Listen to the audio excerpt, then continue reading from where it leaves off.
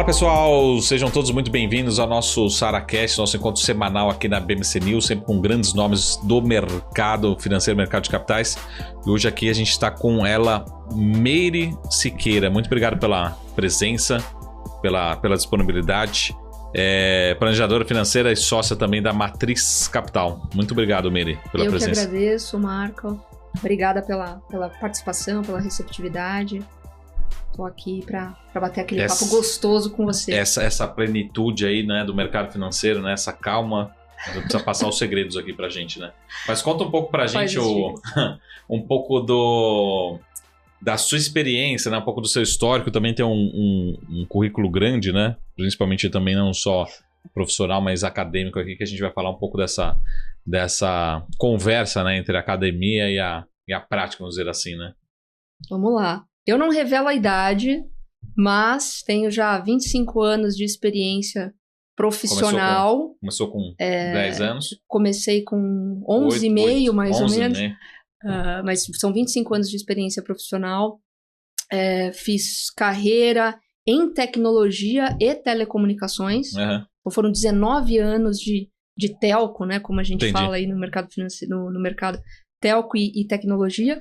E 6 anos no mercado financeiro. Uhum. Minha formação é em sistemas de informação. Então, sempre tive uma carreira técnica em multinacionais de tecnologia e telco. Muito exatas, né? Exato. Fiz a graduação, a pós-graduação, depois MBA lá na frente em gestão. Passei um período fora do país e quando eu voltei, eu comecei a repensar em carreira. Gostava muito já do mercado financeiro, já operava um pouco de bolsa de valores lá atrás, em 1900 e bolinha, não, brincadeira, nos anos 2000. E nesse meu retorno foi um momento ali de reflexão, aonde eu tomei a decisão de fazer essa migração para o mercado financeiro. Uhum. Então foi em 2018, né? Então, atuei em algumas instituições, XP e BTG, hoje sócia da Matriz Capital, responsável por um time comercial na empresa aqui em São Paulo e encabeçando aí um grande projeto que a gente vai comentar daqui a pouquinho sobre operações automatizadas em bolsa de valores. Mas foi um grande desafio, lhe confesso que o meu maior receio lá atrás, né? Já estava ali com uma carreira praticamente consolidada como executiva. Fazer essa transição para o mercado financeiro foi algo que eu fiquei com muito receio, apesar já tinha conhecimento técnico, conhecimento de mercado, mas com as minhas alocações, a responsabilidade é muito maior quando você está lidando com o recurso financeiro dos investidores, dos clientes. Então, sim. No início eu tive muito receio dessa transição, mas ao longo do tempo, e com muito estudo, resiliência, né, aquela coisa do não desistir, você adquire conhecimento, vai se consolidando na onde você, obviamente, quer estar. Então, foi um pouco dessa minha transição de carreira, de mundo de tecnologia para o mercado financeiro. E vir do mundo das ciências exatas, você acha que é mais fácil ou mais difícil no sentido de que a hora que você chega no mercado financeiro, você fala assim, é uma ciência exata, depois descobre que não tem nada de exato, é tudo humano, né? Exato. É tudo comportamento. Como é que é essa... Exatamente. Como é que foi esse relacionamento, né, com o mercado financeiro? Me ajudou bastante do ponto de vista de organização e trazer de processo. Exato. A racionalidade, né, em todas as situações. Mas no fim do dia, você pontuou muito bem, é uma questão de relações humanas. Sim. Né? Toda profissão, toda atividade, você é um negociador, uma negociadora. Então essas habilidades que a gente chama de soft skills são extremamente importantes em qualquer área. Né? Então, sim, foi bom trazer essa bagagem de exatas, mas no fim do dia, no mercado financeiro, a gente lida com investidores e com as emoções dos investidores, né? Muito mais emocional. Então, é um aprendizado contínuo também. Boa. E na sua opinião, assim, você tem pós-graduação, várias certificações aqui, aquela pergunta da nova geração, né? É extremamente necessário, né, a pós-graduação, a certificação, ter várias certificações, ou não? Como é que você vê dentro desse mercado financeiro? Tá certo que às vezes para exercer determinada função a gente precisa, né? Exato. Mas até que ponto? Para uma responsabilidade, uma função ou outra, é uma questão de pré-requisito ter uma certificação ou outra. Compartilhando a minha experiência nessa transição de tecnologia para o mercado financeiro. Mandatório ter certificação da Ancor no ambiente de assessoria de investimentos. E existe uma questão também de você ter interesse em adquirir mais conhecimento. E as certificações, elas são essenciais nesse processo. Né? E ao longo do tempo, você também observa e você se relaciona com investidores que muitas vezes têm até mais conhecimento lá atrás. Eu me relacionava no início da minha carreira no mercado financeiro, eu me deparava com investidores que tinham mais conhecimento no mercado financeiro do que eu naquele meu início de carreira. Então, eu buscava sempre me aperfeiçoar. Então, eu fiz, obviamente, Ancor mandatório, CEA, CFP, hoje uma certificação extremamente bem conceituada no mercado financeiro também. Indo pro CFA agora, são praticamente 2 anos de estudo. Já está caminhando, já não? Está caminhando. Já passou? Não fiz, são 2 etapas. Estou estudando para a primeira. Pro Level 1. Exatamente. Que é quando a prova? Final do ano. Em dezembro, né? Dezembro. Então já é um podemos processo... deixar registrado aqui os parabéns ou não? Vamos anotar. Mas é um processo. Então, todos os dias eu aprendo. O mercado financeiro é muito dinâmico. Todo dia você aprende algo novo. E essa questão de você buscar conhecimento e se certificar, eu acho que é extremamente importante para você cada vez mais desenvolver um trabalho com maior qualidade, traz também mais segurança para o investidor. Então, eu acho extremamente importante. Agora, a graduação, a pós-graduação, aquele cenário mais acadêmico, pode-se dizer, hoje no mercado financeiro, eu olhando para trás, não teria feito muita diferença. Sendo bem transparente. Então, um jovem hoje, que está, por exemplo, finalizando uma graduação, ele precisa fazer uma pós-graduação para ingressar no mercado financeiro? Sem dúvida alguma, não. Tem excelentes certificações que o auxiliarão na busca por conhecimento de mercado financeiro muito melhor do que uma pós. Mas tem muita gente que gosta dessa coisa acadêmica, né? Acaba sendo um desafio e uma recompensa no final desse processo. Então é muito individual, mas não é necessário. Sabe que eu vou deixar para o segundo bloco, mas assim, até pegando um tema, começando umas provocações aqui, né? Mas como é que você vê essa conexão entre tecnologia, sistemas, não deixa de ser um pouco, até porque a gente teve recentemente um anúncio, né, da possibilidade de, vamos colocar assim, né, de retomarmos as atividades da Bolsa no Rio de Janeiro, né? E tem muita gente questionando, né? Como é que é a sua opinião, né, no sentido assim, não só de demanda, mas será que tem tecnologia, será que tem operação, será que tem segurança, enfim, como é que você vê esse tipo de novidade, né, vindo para o mercado? Será que esse é o caminho mesmo para a gente ter mais investidores, outras opções, né, de investimentos? Como é que você vê isso associando um pouco tecnologia, academia também não deixa de ser, porque precisa de regulação, né? E um pouco do mercado, né?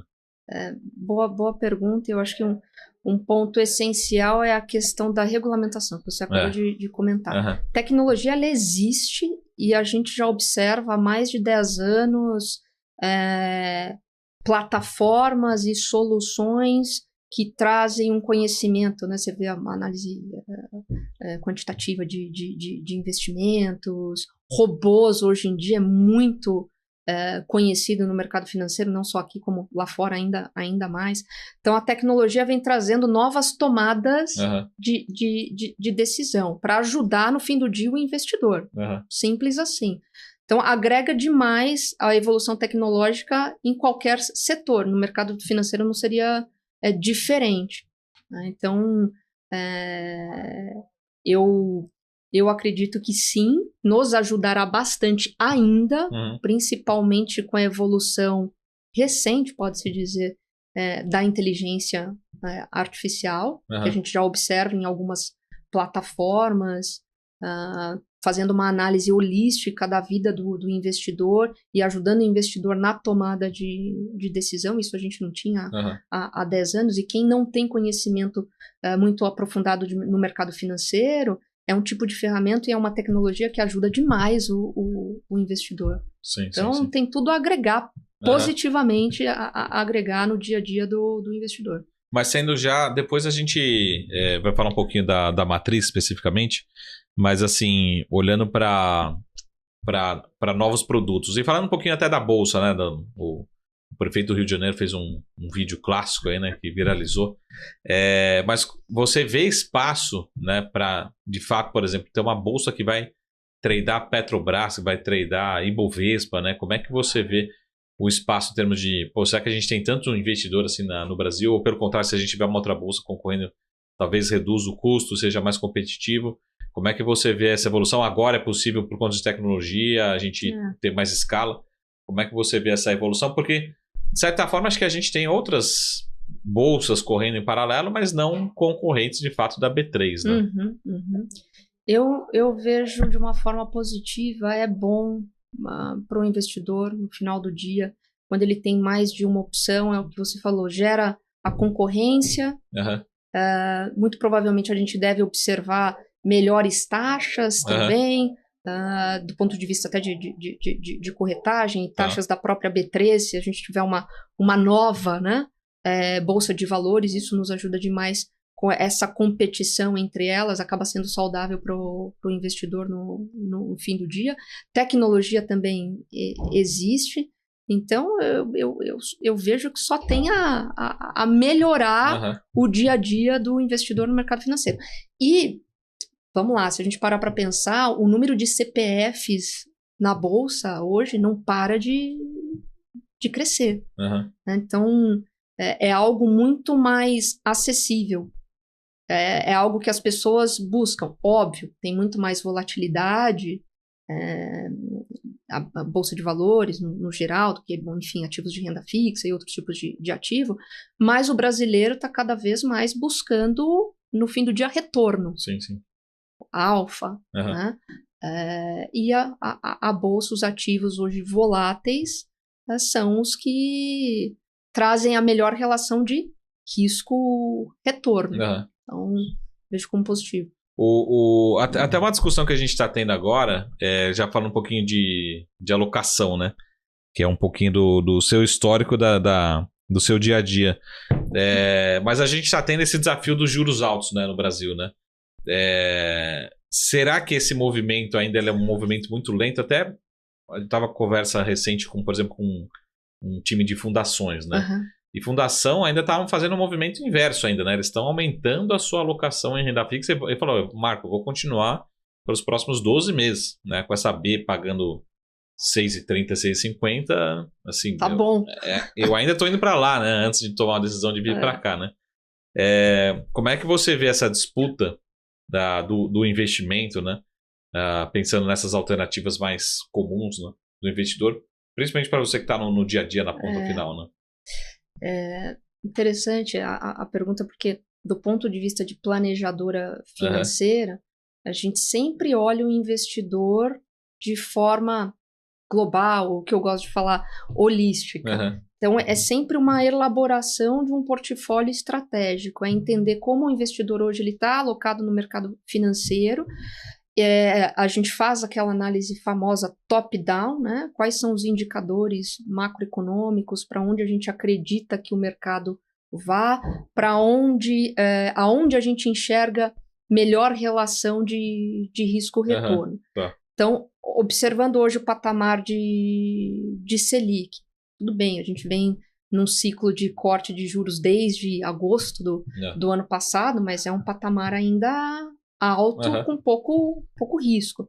Então, o investidor hoje, a uma taxa ali 100% de Selic para um investimento 100% do CDI para um investimento conservador, está numa taxa extremamente interessante. Agora, por outro lado, os ativos em bolsa estão extremamente descontados.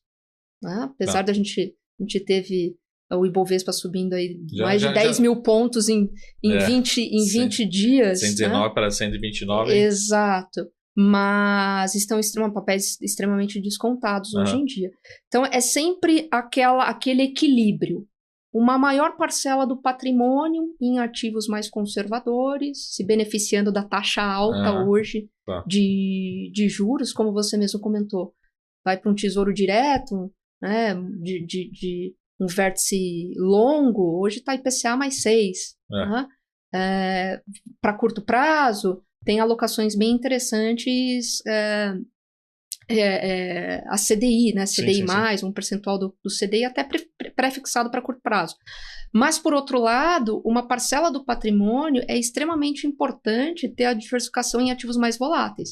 Aí eu vejo Bolsa Brasil, você me perguntar, Bolsa Brasil ou vai para um S&P? Porque lá já está... Essa era a última pergunta do dia. já dá o bate-bola, então já respondi. Já respondeu. Brasil. Por quê? Porque tem oportunidade. Mas no fim do dia é o equilíbrio. Né? É buscar a alfa. De que forma eu consigo buscar um alfa e um retorno extremamente atrativo para o investidor, diminuindo o risco. Simples assim. Esse é o nosso trabalho de todos os dias. Mas sempre monitorando, é claro, o cenário macro. Né? Falando assim com você que está ali na barriga no balcão, no sentido assim, o investidor ele está ainda no movimento... Porque se eu pegar, por exemplo, o movimento de fundos, né? Fundos de investimentos, a gente só vê resgate de fundo de ações. Continua. Muito mundo de mercados. 80 bi saiu esse primeiro semestre. Mais ou menos uns 80% do meu patrimônio, né? Por aí. Equivalente, né? Ações, multimercado. Você fala, esse movimento não para, né? Para você, assim, ele já parou, o movimento continua, já mudou de mão. Como é que você vê na sua população, vamos dizer assim, né? Eu vou te falar que a gente, na empresa, nós temos uma área de produtos, mas há um ano, praticamente, a gente não dá call de fundos multimercado, ações. A gente prefere a alocação diretamente nos ativos de renda fixa, legal. Pela relação risco-retorno, ou diretamente em B3, na bolsa. Compra dos papéis, acompanhamento da valorização ou desvalorização também dos papéis. Então, é uma assessoria que eu considero extremamente ativa nesse sentido. A gente não delega. Agora, a gente tem uma nova vertical, que é a matriz Asset Management. Inclusive, o Luiz Roger, nosso gestor, estava aqui recentemente, delegando a responsabilidade ao gestor. Mas, no geral, a gente prefere alocar nos ativos diretamente. Então, entrada em fundos multimercados, FIA, já há um bom tempo que a gente não faz. Não, mas o cliente ele tá ainda aumentando posição em crédito, em renda fixa, ou está diminuindo? Não, como é que tá? Então, e o pessoal da renda variável está adorando esse movimento? Há bastante tempo a gente não observa um IPO, por exemplo, há uns 13 anos. Só está tendo a oferta da Sabesp que é follow-on. Follow-on. Mas está tendo muita entrada, assim, direcionamento, acho que respondendo a sua pergunta, um direcionamento da renda fixa para a renda variável. Isso é bom, isso está acontecendo. Cada vez mais nos últimos meses. Muito por conta do que a gente já vem observando de Bovespa em pleno crescimento, em plena alta.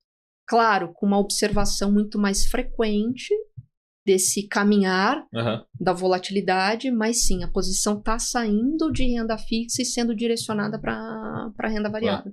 Só que renda variável não em fundos FIA ou multimercados, diretamente nos papéis. Mas o investidor, ele está, eu diria, mais receptivo a essa tomada de risco, aceitando mais o risco. Até falando da matriz, o business, né, enfim, principalmente, como um todo, né, o grupo como um todo,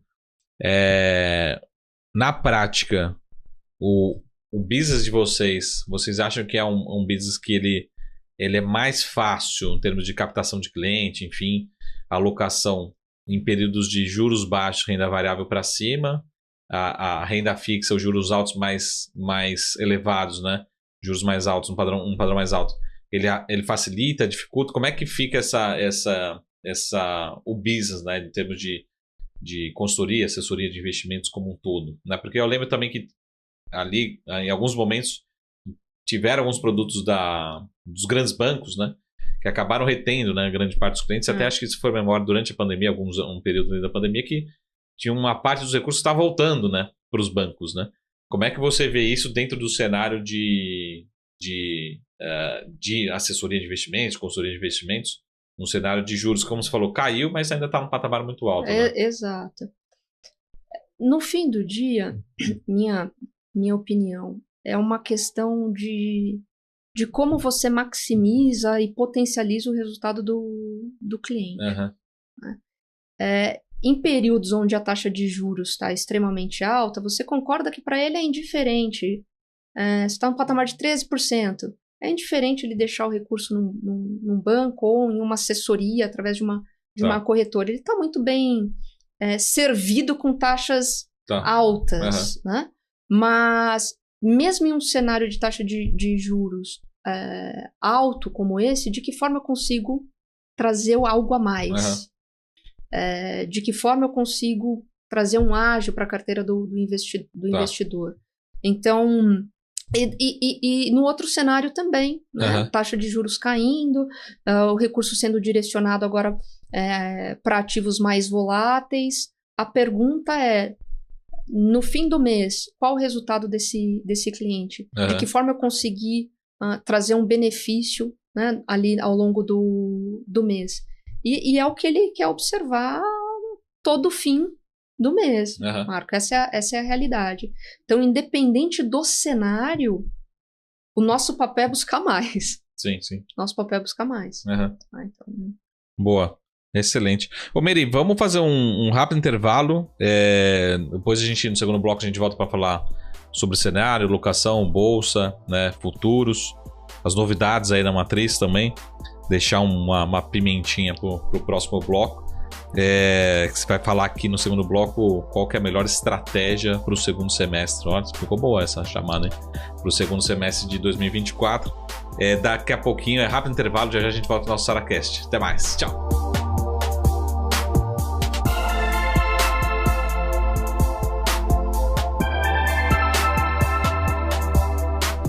Fala pessoal, estamos aqui de volta com o nosso SaraCast, nosso encontro semanal aqui na BMC News, hoje com ela, com Mary Siqueira, que é planejadora financeira e sócia da Matriz Capital. E Mary, a gente ficou devendo aqui que eu sempre falo que num bate-papo com um analista, né, a gente sempre tem que ter um call, né? Então hoje a gente vai ter vários aqui, né, que você falou aqui nos bastidores. Mas vamos falar um pouquinho aqui primeiro sobre esse cenário. Como é que você está vendo o cenário? E aí eu faço até uma provocação. Parece que a gente teve recentemente, se a gente olhar nos últimos... Vamos falar sobre tudo, mas para quem entrou na bolsa final de junho, esse cara está ganhando dinheiro a rodo, né? Mas acho que ninguém entrou, ou entrou muito pouco, ou quem entrou em junho já estava em junho, né? Já está comprado, está sofrendo já tem uns 3 anos. E aí a provocação a gente chegou a bater o dólar a 5,70, né? E parece que teve 5,70, todo mundo acordou e falou, opa, peraí, precisamos fazer alguma coisa. Aí tudo acomodou um pouco, a curva de juros acomodou um pouco, a bolsa reagiu. Mas enfim, como é que você vê? Porque assim, de certa forma, a comunicação, na minha opinião, talvez melhorou, mas a gente não tem nenhuma mudança drástica de 15 dias para cá. Aí a gente fica com aquela percepção, né? O meme da internet, das redes sociais, né? Do Fuin Tweet, que a gente chama, a bolsa tá barata desde Dom Pedro, né? Que ele foi a primeira pessoa que falou isso, já tem alguns anos. Como é que é a sua percepção, né? Para passar o copo pro cliente e falar assim, mas e aí, tá barato, mas pode ser que fique barato por mais 3 anos, né? Como é que você vê esse cenário dentro desse contexto aí, de alguns pilares aqui que eu desenhei? É engraçado você ter comentado, né? Quem entrou agora em junho, no último mês, o Bovespa deu uma bela disparada, Mas no ano a gente ainda está no negativo. Eu acho que quase 4%. E quem entrou ano passado também se deu muito bem. Né? O que eu observo, e a gente tem que observar, é claro, alguns indicadores macroeconômicos, né? Inclusive saiu essa semana indicador a prévia do PIB. Né? A gente teve um aumento aí da prévia do PIB, mas não conforme o consenso de mercado, foi abaixo. Uhum. Então isso já nos traz alguns sinais, né? A gente não observa uma economia ali, atividade econômica tão aquecida. Então, por um lado, quando a gente olha ali na tomada de decisão do colegiado do Copom com esses indicadores, poxa, tem espaço para uma queda de taxa de juros? Tem espaço para uma queda de taxa de juros. Então, é ler esses indicadores macroeconômicos para tomar a decisão. Uhum. Então, se até o final do ano, e eu acredito que a gente vai sim ter alguma queda em Selic, o movimento do dinheiro no mercado com a queda da taxa de juros é ir para a Bolsa de Valores. Uhum. Fato. Então eu vejo oportunidade, não é nenhuma questão de estar ou não barato. Está, mas a gente também tem outros fatores que influenciam. Né? Então, queda da taxa de juros ao longo do ano, se continuar o ciclo de queda de taxa de juros, e tudo indica que, espero eu que sim, né? O movimento ele vai para ativos mais voláteis. Então, acreditaria sim em bolsa até o final do ano em uma alta de Ibovespa. E no curto prazo, eu acho que o investidor, não só o investidor, nós que elaboramos o portfólio estratégico para os clientes, a gente tem que ter uma certa cautela também na alocação. Né? As locações de longo prazo, poxa, você traz ali um risco fiscal, quando você vai, né, você pensa em renda fixa, em tesouro, então ponderar bastante nas alocações de longo prazo. No curto prazo, super interessante um pré-fixado, porque a taxa hoje está bem interessante de pré-fixado para curto prazo. Né? Tá. Nada de ser malucão e comprar um pré-fixado de 20 anos. Não dá. Tem muitas incertezas ao longo do próximo mês. E a gente observa também Estados Unidos, saiu essa semana o presidente do Fed comentando, olha, se a gente for esperar a inflação atingir a meta dos 2%, a gente pode demorar muito para começar a reduzir, a cortar a taxa de juros. Então, tudo indica que em setembro a gente deve ter o primeiro corte. Sim. Isso também nos ajuda na Bolsa Americana. Isso reflete também em Brasil. Então, eu acredito demais em Ibovespa esse ano. Tá bom. Já podemos subir a manchete, então. Meire Siqueira vê Ibovespa 180 mil pontos no final do ano, né? Mais ou menos isso, né? É mais ou menos isso, tá quase. Tá caminhando, né? Um dia a gente chega lá. Mas me fala um pouquinho aqui sobre essa parte de índices futuros, operações automatizadas que você tem feito. E até, inclusive, aqui um dos apoiadores aqui da BMC, é o time da Nelogica, né? Elas têm muito ali desenvolvido nessa parte de copy trade também especificamente. Mas fala pra gente o que vocês têm feito e desenvolvido nessa parte. Eu diria que é um grande projeto hoje da Matriz Capital. A Matriz Capital, ela é uma holding onde a gente tem a vertente de assessoria de investimentos, tem a Matriz Asset Management, que é a nossa gestora de fundos de investimentos, e uma vertical educacional, que é a Matriz Trading School. Né? Formação ali de operadores, pode-se dizer, de bolsa de valores. E nós trouxemos como sócio da empresa um trader, ele era operador do Morgan Stanley, um profissional excepcional do ponto de vista de operações de índice futuro, né, no day trade de índice futuro. E a XP, ela adquiriu recentemente uma plataforma chamada OnTick. Inclusive, estava o Rodrigo Cohen esses dias conversando com você, ele é um embaixador da plataforma. É uma plataforma que possibilita a automatização de estratégias do mercado à vista, né, de ações, ou índice futuro, ou dólar também. E nós criamos esse projeto com esse trader institucional nosso, aonde todas as operações que ele realiza, elas são compartilhadas, são replicadas, na verdade, para a conta dos investidores. Os investidores, obviamente, que aceitam seguir a estratégia do trader.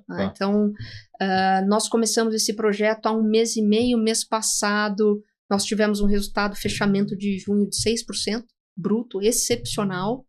Então, o nosso grande objetivo e propósito, Marco, é entender de que forma, e fazemos de tudo para, né, trazer alfa para a carteira do investidor.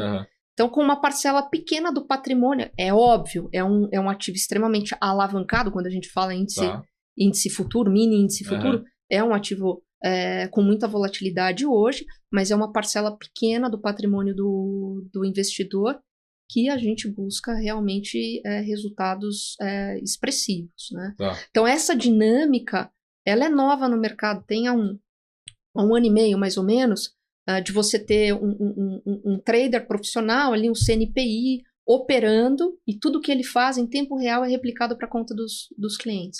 Né? A gente tem vários robôs que você pode seguir, mas robô você não tem a interação humana, né? A decisão ali é dele, e está sendo um resultado, pouquíssimo tempo, 1 mês e meio, mas extremamente assertivo. Então, eu faço o convite, é óbvio aqui, para quem tiver interesse, olhar a plataforma da OnTick, depois, enfim, eu vou passar o site da Matriz Capital também, para quem tiver interesse em saber mais sobre a estratégia automatizada. Eu acho que é uma boa diversificação. Aí, para operar, tem que ser cliente. Cliente da Matriz Capital. É uma estratégia...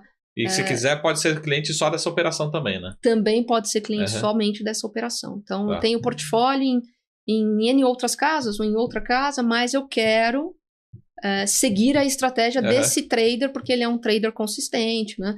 Ele tem bons resultados nas operações de índice futuro. O cliente pode decidir seguir somente essa estratégia.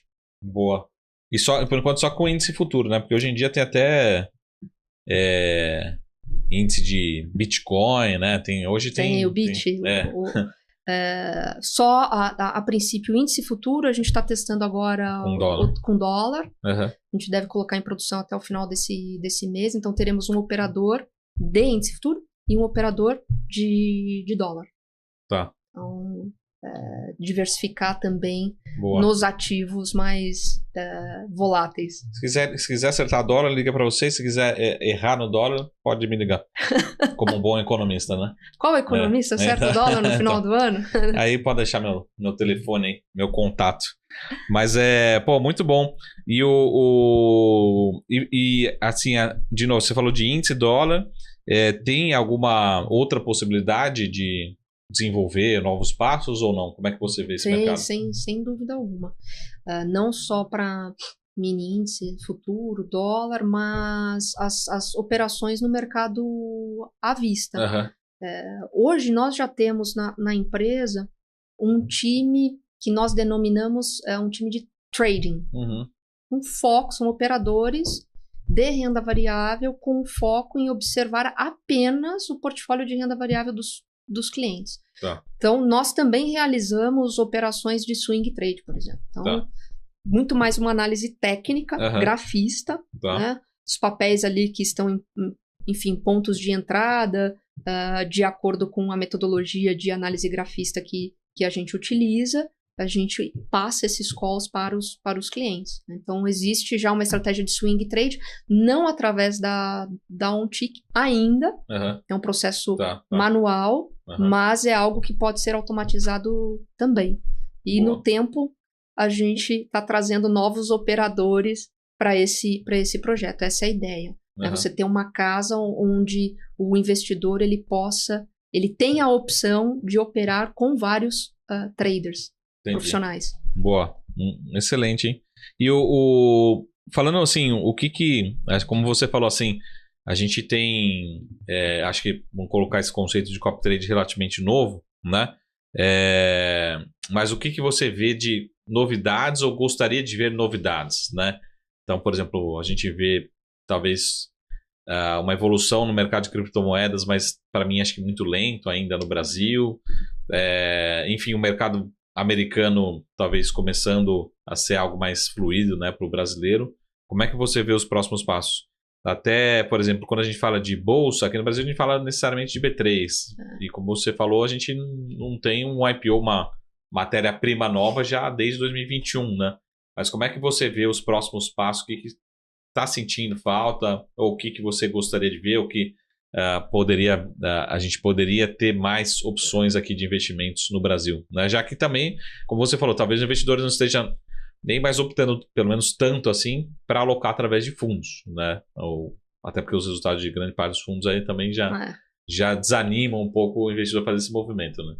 O que eu gostaria de observar aqui no Brasil, operações 24/7, como a gente tem nos Estados Unidos para Bitcoin. Mas será que de ações ou de índice? De ações, não só de ações, índice futuro. Porque eu nem estou acompanhando. Dólar, você deve. Uma pergunta: aquelas opções semanais tá andando? Tá meio. Sim, sem dúvida, mas tem um horário limitado. Ah, sim. Então você tem ali o horário da B3 e ponto. Né? Mas você é sócia, né, da matriz, né? Quem que iria trabalhar 24/7 lá, 11 horas da noite? Não é Isso é bom para o investidor.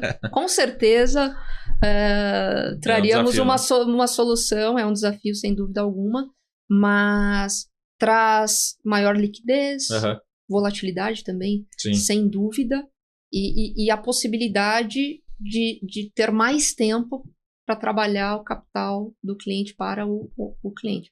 É algo que a gente não observa aqui com os ativos que estão listados na Bolsa de Valores. Tem, enfim, Estados Unidos para criptomoedas, né? É um mercado que funciona 24 horas, mas não observamos aqui para B3. Um outro ponto que eu acho que é o futuro são as estratégias automatizadas, principalmente para os investidores que não têm um conhecimento muito aprofundado em renda variável. Tá. Então, essa solução da Untick, a própria solução da Nelogica que você comentou de copy trade, é um tipo de solução que ela não é para o trader. Sim. Porque o trader, ele opera por conta própria. Sim. É um tipo de solução para os investidores que não têm o conhecimento muito sólido em bolsa de valores, em ativos, né, com mais risco. E eu acho que isso vai ganhar uma proporção muito grande ainda. Só tá começando. Isso é muito positivo também. Até, eu acho que falo memória, acho que foi o próprio Gilson que deu uma entrevista, o presidente da B3, que ele falou que seria bom, pelo menos na visão dele, de pessoas CLT ou que tem um emprego durante o dia, de operar quando chega em casa depois das 18, né? Exato. Que é fazer um trade, ou quer montar sua estratégia, sua alocação, né? Então, talvez seja uma das visões, né? Exatamente. Você também possibilita que o investidor, aquele que quer ter o conhecimento e quer operar também por conta, que ele tenha a possibilidade de operar fora do horário, entre aspas, de trabalho dele, né? O momento que ele tem para fazer a gestão do próprio portfólio, por exemplo. Então, isso seria muito interessante. Não vejo isso acontecendo tão cedo, mas é um desejo pessoal. Sim. E seria muito bacana observar. Concatenando, né, todos os conceitos que a gente falou, assim, será que a gente tem um cenário de segundo semestre 2025 de termos mais bolsa, além da bolsa se valorizando, né, que você falou aqui recentemente 180 mil pontos, para a memória? Tá lotado. Esse tá cravado. Só não falamos a data, lógico, né? Mas a gente falou o valor, o número, né? Pode ser que seja daqui a um mês, pode ser que seja alguns anos. Mas, voltando aqui, será que a gente tem um ambiente para termos mais investidores na bolsa, né? Mais IPOs, mais matéria-prima? Porque, vou começar de trás para frente. Na minha opinião, eu acho que a gente pode ter até empresas listadas lá fora, brasileiras, mas a gente até tem, acho que está tendo nesse exato momento, desagravando, né? Depende da data que você assistir, mas o IPO da MUF, que é uma empresa lá da Cosan, que simplesmente ela vai optar por fazer o IPO só lá fora. né? Então, praticamente, a gente fica aqui com menos liquidez, distante um pouco do ativo, né?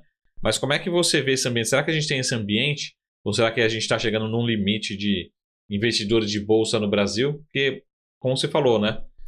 Para quem é da matemática, né? A gente na segunda derivada aqui, a curva ela tá começando a perder a aceleração. Houve, né? O ramp-up, agora está estabilizando. Ela continua crescendo, mas numa velocidade bem menor, né? Essa é a minha visão. Se a gente está chegando num nível que acabou, né? Você vai ter novos investidores, mas num ritmo muito menor. Pelo menos é o que mostra, assim, a gente não tem aquela velocidade que a gente teve na pandemia de entrada de investidores, né? Nós tivemos entrada na pandemia porque o Bovespa derreteu. Então, é claro que todo mundo quis capturar a alta naquele momento. A nossa bolsa ainda é incipiente comparada a bolsas, né, outras bolsas do mundo inteiro. Então, eu vejo bastante espaço ainda de novos entrantes, de novos ativos, novas soluções.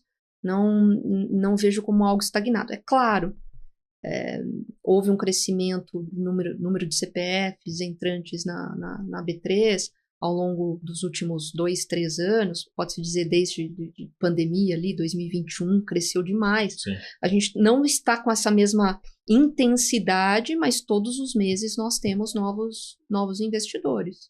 Todos os meses. Isso é positivo. Então, eu acredito sim que esse número ainda, olha, tem bastante espaço para correr, Marco, bastante. Boa.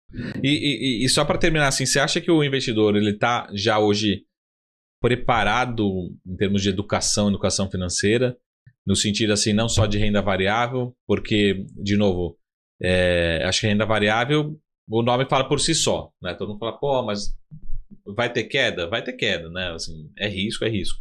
Agora, por exemplo, a gente viu vários casos de crédito privado ali que talvez, a minha percepção, que a pergunta é, será que o investidor está preparado para investir, né, num crédito privado, entende dos riscos, entende das possibilidades?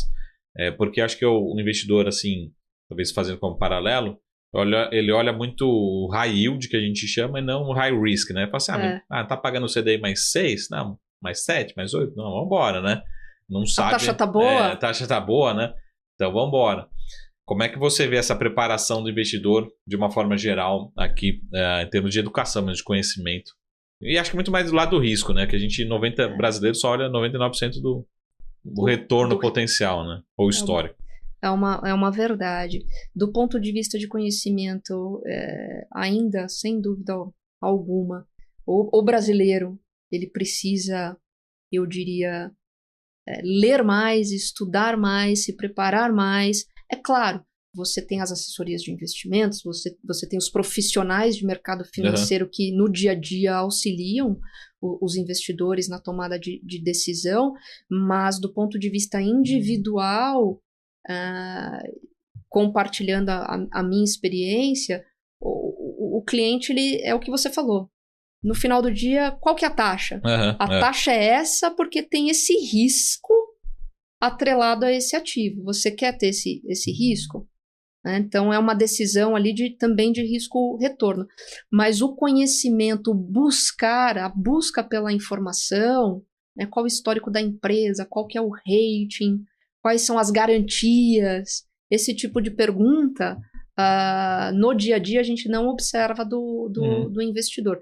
Pelo contrário, somos nós quem compartilhamos, e é um trabalho nosso, é claro, fazer toda essa curadoria também para compartilhar com o cliente aquilo que é mais seguro para ele. Mas, no fim do dia, o próprio investidor ele não busca essa informação. Falta muito ainda, eu diria, para aprender, comparado a até outros mercados. A gente observa nos Estados Unidos, o investidor ele é muito mais, eu diria, interessado no racional que está por trás de cada alocação. Aqui é um papel nosso compartilhar e fazer com que ele entenda, até por uma questão, é claro, de compliance, né? De segurança, para que ele entenda os riscos inerentes àquele tipo de ativo. Então, falta conhecimento, resumindo. Boa. É aqui que a gente resolve, né? Com encontros como esse que a gente ajuda a trazer um pouco mais de conhecimento, né? De bate-papo. Meire, muito gentil. Nesse finalzinho aqui, eu costumo fazer, que a gente já fez ali, mas eu vou fazer de novo, o famoso ping-pong, né? Mas antes do ping-pong, 3 perguntinhas rápidas, né? Para dar aquela emoção, que não tem justificativa, né? Então, você sabe o que é ping-pong, né? Uhum. Então, só para um exemplo, assim, por exemplo, análise de sistemas ou economia? É só essa pergunta. Aí você tem que escolher um, entendeu? Sem dar satisfação. Sem dar satisfação, né? Então, é economia ou análise de sistemas? Economia. Olha, já mudou, já. Você fez análise de sistemas, né? Eu fiz análise de sistemas. Caramba. Deixa o pessoal, deixa o professor ouvir. Mas antes disso, deixa seus contatos, porque depois no final a gente esquece, né? Os seus contatos da Matriz Capital, como que é melhor acompanhá-los? Instagram, @matriz.capital. Uhum. Meu e-mail, meire.siqueira@matrizcapital.com.br. O site, claro, www.matrizcapital.com.br. Beleza. Todo mundo anotou, né? Mais fácil, matriz.capital do Instagram, que lá geralmente tem tudo, né? Tem as famoso árvore lá de decisão. Então vamos lá. Primeira pergunta, o mais fácil, né? IPCA mais ou pré-fixado? IPCA mais. Essa é mais fácil. Eu falaria depende. Depende, não. Aqui não tem depende. Por quê? Porque a segunda pergunta é real ou dólar? A segunda pergunta. Real. E a terceira que você já respondeu, S&P 500 ou Ibovespa, né? Ibovespa. Eu acho que eram essas. Tem mais alguma que você quer reforçar ou não? De ping-pong ou não? São essas principais. São essas principais. Então tá bom. Boas dicas. Sempre um bom call. Meire, muito obrigado. Deixa seu recado final aqui, né? Vamos marcar novos encontros. Manda um abraço para todos no time da Matriz. E vamos ver quando a gente marca o próximo nos 180 mil pontos. Já deixa marcado aqui, né? Tá anotado. Tá anotado. Né? Põe na agenda. Exatamente. 180 mil pontos a gente volta. Você que falou 180 mil pontos, só pra deixar claro. Atualizar a agenda todo dia, né? Vai adiando. Exatamente. Né? Mas eu sou otimista, como sempre. Eu também. Né? Bastante. E acredito demais nos ativos, no geral. Bolsa Brasil, acredito muito. Ativos de renda fixa também, há bons ativos hoje no mercado financeiro. É claro, é necessário fazer uma curadoria, mas há bons ativos. E o investidor, a recomendação é que ele busque informação também, busque uma boa assessoria de investimentos, bons profissionais, não tome as decisões no fervor da emoção, o famoso FOMO, né? Aquele medo de perder a oportunidade. Às vezes a gente acaba tomando uma decisão precipitada. Então o investimento sempre tem que ser feito com cautela. Não acreditem no entrevistador dos 180 mil pontos e etc. Não é? Às vezes o pessoal exagera e depois fica cobrando, né? Mas você falou isso daí, eu lembro, né? Mas muito bom. Pô, Meire, muito obrigado. Parabéns de novo pela jornada. Vamos marcar novos encontros aí. Independente do cenário, o pessoal brinca assim, fala assim: mas não chegou, não bateu lá. Não, mas a gente vai estar aqui todo dia, né? A gente vai estar aqui todo dia, bolsa em alta, bolsa em baixa, juros 15%, 3%, né? Esse é o nosso trabalho, é o que a gente gosta de fazer. Sempre teremos uma emoção. Às vezes muita, né? Às vezes a gente fala, poderia ser um pouco mais... Calma. Um pouco mais light, né? Nunca é. Muito obrigado, Meire. Mas eu que agradeço. Obrigada pela receptividade, pela conversa. E agradeço a todos também. Obrigado. Muito, muito gentil. Esse foi o papo com a nossa entrevistada de hoje, Meire Siqueira, que é sócia planejadora financeira lá da Matriz Capital. Dê-me seguir lá, @matriz.capital no Instagram e outras redes sociais. E a gente se vê aqui na semana que vem. Até mais. Tchau.